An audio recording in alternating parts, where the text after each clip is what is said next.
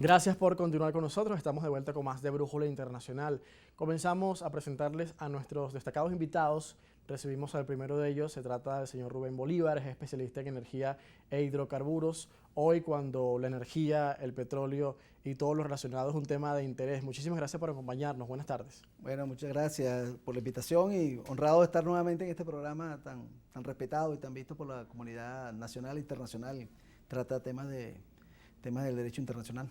Es así, es menester hablar sobre el petróleo, la situación a nivel mundial. Hemos visto importantes cambios y que esto pues ha quedado bastante afectado luego de la invasión de Rusia a Ucrania y es uno de los condicionantes que ha tenido el mundo después de la guerra. ¿Cómo ves tú la situación actualmente? Sí, bueno, de hecho siempre lo he dicho que el petróleo es la savia que mueve el mundo, ¿no? Es el commodity el más importante por lejos y obviamente el que más condiciona la geopolítica mundial.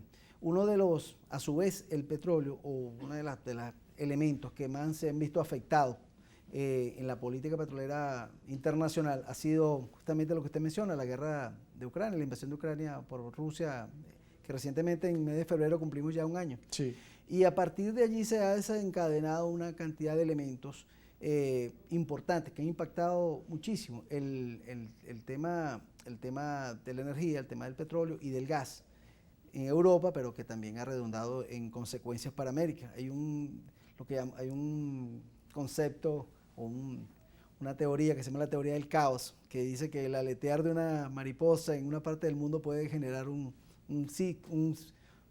cataclismo en otra parte del mundo, Sí. por la cantidad de eventos que se empiezan a desenvolver a partir de.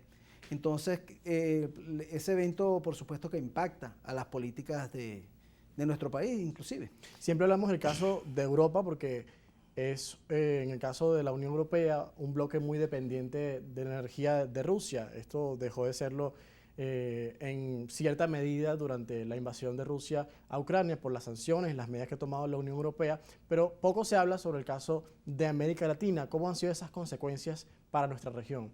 Bueno, en definitiva, sí, todas las políticas que, como le decía, se generan en una parte del mundo, sobre todo en el mundo del petróleo, van a impactar de esta parte.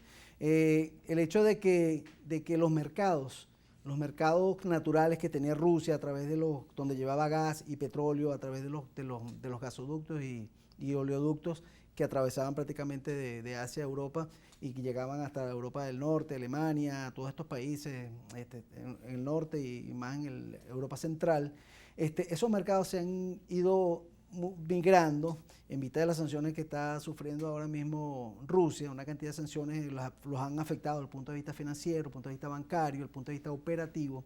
Les han incluso impuesto sanciones al petróleo, les han puesto sanciones a los derivados del petróleo y más recientemente le han impuesto un tope al petróleo ruso, que obviamente que Rusia, como gran productor, más de 10 millones de barriles diarios de petróleo, va a buscar siempre una salida de esos mercados. Esos mercados han sido aprovechados por China, han sido aprovechados por la India, y algunos países, ante esta situación, algunos países latinoamericanos se han atrevido a ir en búsqueda de esos mercados y han incrementado programas y planes de desarrollo de petróleo, sobre todo, y gas, en menor medida, en áreas costa afuera. Así vemos ahora mismo que países como Colombia, países como Ecuador, Perú, Chile, Argentina, prácticamente todos los países latinoamericanos están tratando de captar esos mercados.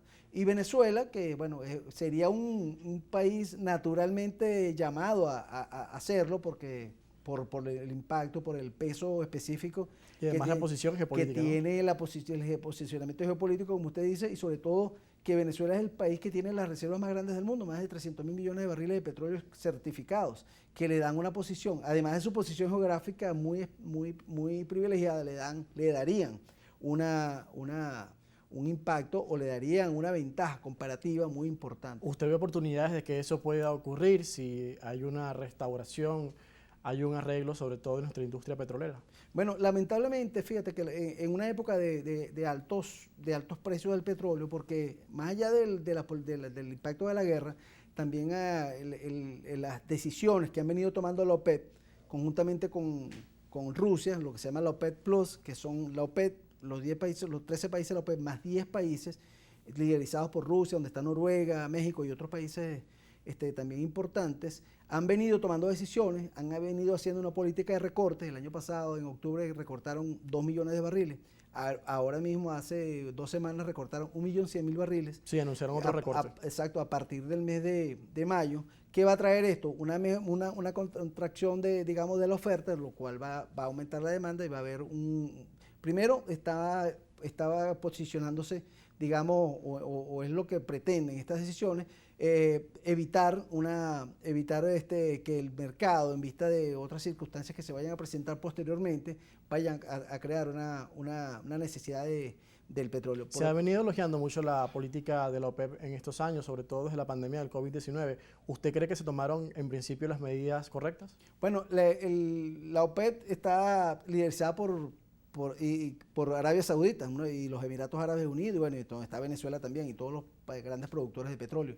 Pero el líder de ese cártel es Arabia Saudita, conjuntamente con Rusia, que también es uno de los grandes productores de petróleo. Prácticamente estamos hablando de casi más del 40% de la producción mundial de petróleo y de la exportación. Están tomando decisiones en aras de proteger el mercado. Por otro lado, hay una tendencia bastante fuerte en esa lucha geopolítica que tiene Estados Unidos con China.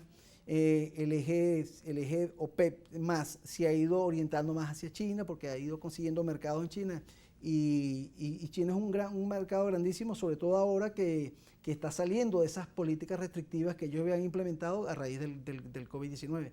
De manera que con el despertar de este gigante en cuanto a la capacidad energética y de adquisición de recursos que viene ejecutando, prácticamente están haciendo un mercado expansivo en términos del impacto petrolero. Las previsiones para este año son de que por primera vez se va a pasar de 100 millones de barriles hasta 102 millones de barriles diarios de demanda de la capacidad mundial. Entonces, bueno, ha sido una lucha bastante interesante, porque Rusia, Estados Unidos también, un gran productor y el mayor consumidor, consume el 20% de la ¿Y qué pasa en el caso de Estados Unidos y sus relaciones con la OPEP? Vimos hace meses una visita que hizo el presidente estadounidense Joe Biden a Arabia Saudita y buscaba quizás mayores concesiones en ese sentido, sin embargo no las alcanzó. ¿Usted cómo ve hoy posicionado Washington? Bueno, Washington ha venido también jugando su rol geopolítico, ha venido jugando duro. Fíjese que cuando llegó el presidente Biden a la Casa Blanca, él venía con una posición de cierre del chorro del petróleo, privilegiando la transición energética. De hecho, una de las primeras acciones que tomó este presidente fue ordenar el corte de muchos proyectos que venían desarrollando la energía. Y volver al acuerdo de París sobre el cambio climático. Privilegiando el Pacto de París, el que usted dice sobre el cambio climático, que es un acuerdo que todos los países del mundo lo firmaron y hacia lo cual eventualmente va el mundo, hacia el uso de energías más limpias.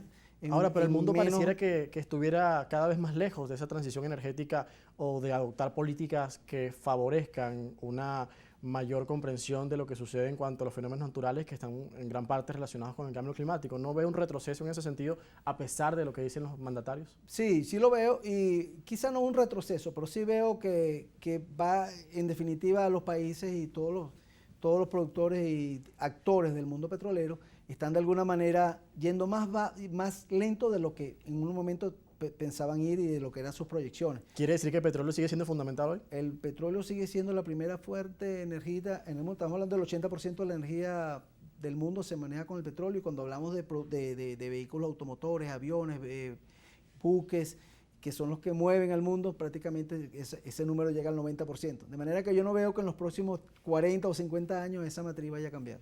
Bueno, doctor Rubén, vamos a hacer una pausa. A la vuelta continuamos analizando este tema tan interesante. Estamos conversando con Rubén Bolívar, especialista en energía e hidrocarburos, sobre lo que sucede hoy en el mundo y cuál es la importancia que sigue cobrando el petróleo, el oro negro. Vamos a la pausa y regresamos con más.